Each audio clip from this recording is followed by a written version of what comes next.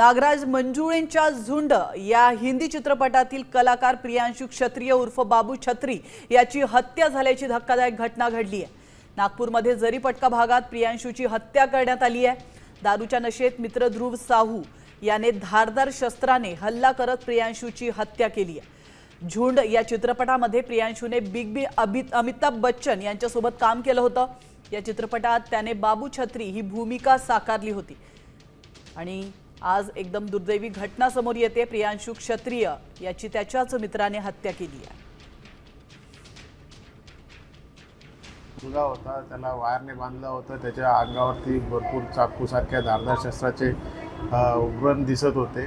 त्यांनी ताबडतोब त्याला तात्काळ गाडीमध्ये टाकून मी हॉस्पिटलला रवाना केलं, परंतु त्याला उपचारापूर्वीच तो मयत असल्याचं डॉक्टरांनी घोषित केलं। बाबू छत्रीची बहीण शिल्पा छत्री हिच्या तक्रारीवरून मर्डरचा गुन्हा दाखल करण्यात आरोपी ध्रुव साहू याच्या अगेन्स्ट गुन्हा दाखल करण्यात आलेला आहे। तपास चालू आहे।